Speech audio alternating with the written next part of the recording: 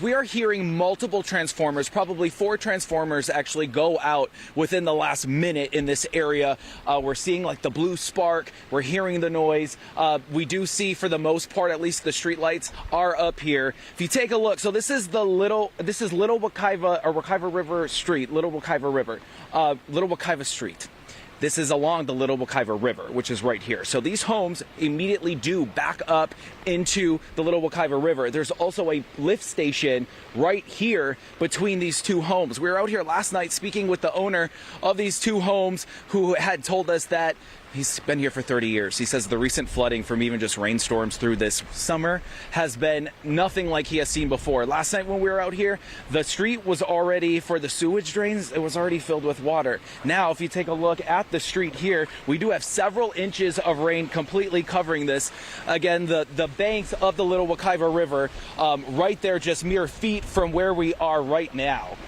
Obviously, there's also wind pouring, rain, the rain is pouring and the wind is blowing, which is obviously adding to this area in the amount of water you start to see with the wind gusts. It does start a current, and you're seeing like the actual push, which can be very daunting. Another reason to obviously stay off of the roads. But again, if we just take a look over here to kind of get a little better idea of how deep the water is. So probably just about a few inches now. I did see video that a resident took here from September 16th. I saw the video yesterday, but the video was from September 16th, and it actually showed water about almost waist deep here in the road, and it was going up. The owner there said that's what happened during some of the bad storms in the early 2000s in Charlie. So he was saying he was pretty concerned that rainstorms in the middle of September that weren't a major weather event were already causing that. So given how high the water levels had already been in this area, we've had the full hurricane season essentially for all of this just to warm up and build up, that it was just a matter of time before it would just all start pouring into the streets.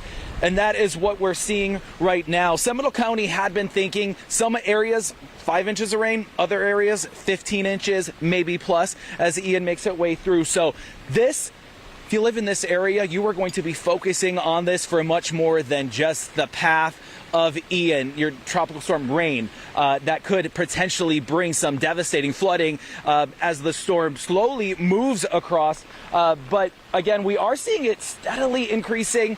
This elevation, if you're here in person, you would see that this does go up this way. So these homes are much safer. And you also then see that with the water, because you'll all of a sudden get a dip with this roadway almost seeming similar to like a light riverbed, so the homes on both sides thankfully do go up to a higher elevation, but hence because of that, you're going to have the flooding here.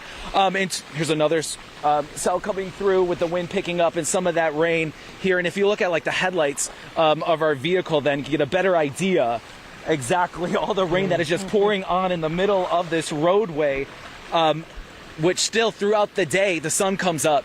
That is when there's going to be an issue. So in 2017, when Irma hit, by 8 a.m., it wasn't much in this area. By 3 p.m. later that day, we were out here while Altamonte Springs Police and Fire Department were using canoes to come down here. So we weren't actually able to come down here before then. So if you think about the time frame, so not in the clear for a while. If the last time this was pretty bad after a hurricane, that was 12 hours after the official hurricane tropical storm had moved out of the area. We will check in with these homeowners. We do know they have sandbags. We can try to see. I do see some right here, but I'm not sure with there's also a sheriff's or a police officer. We did see them prior. They were patrolling. They're looking for flooding, making sure people are being responsible. We'll get out of their way as they have important work to do. Back to the sandbags. And you can see right over here. Also want you to see the brave people on the streets making sure that they are out there in case any of these residents have any issues. Altamonte Springs Police, they're working. You can also see the elevation. Now they're out of the water. So it really does dip down as soon as you get close to the river. And then, so the sandbags right there, a lot of the homes have that. So far, it does appear that's holding up with the homes on either side of the road. You can see right here. And we did speak to this owner yesterday, and he said if we came back, he would talk to us. So not going to wake him up, but he shouldn't be shocked if we're out here because we already chatted. but you can see how with their sandbags right here, they also have some older ones from previous years that like goes on and off with the wind, but nonetheless, they save those because of how many sandbags that they need. So when you look at them, they do look a little aged, but that's really pulling out everything that they can, resources to prevent this water from coming up any further. The person who owns this home says that the water very commonly during similar hurricanes halfway up the yard, and they're expecting that to be more as different infrastructure in the area and changing engineering with water shifting and waterways and what bodies of water feed into other areas definitely do affect as the years keep going on and we see the difference on the street. We'll hope for the best for all of these homeowners. Obviously, if they're still here, it's not safe to leave. Hopefully a lot got out before, so we will stay out here and monitor this, but it's definitely rising by the minute out here. So I'll send it back to you. Yeah, it's good to see that the sandbags are working for now because, you know, we encourage people to go and get those things filled, and you just never know how many they're going to need and will they hold up. But it looks like they're doing the job tonight in that neighborhood at least.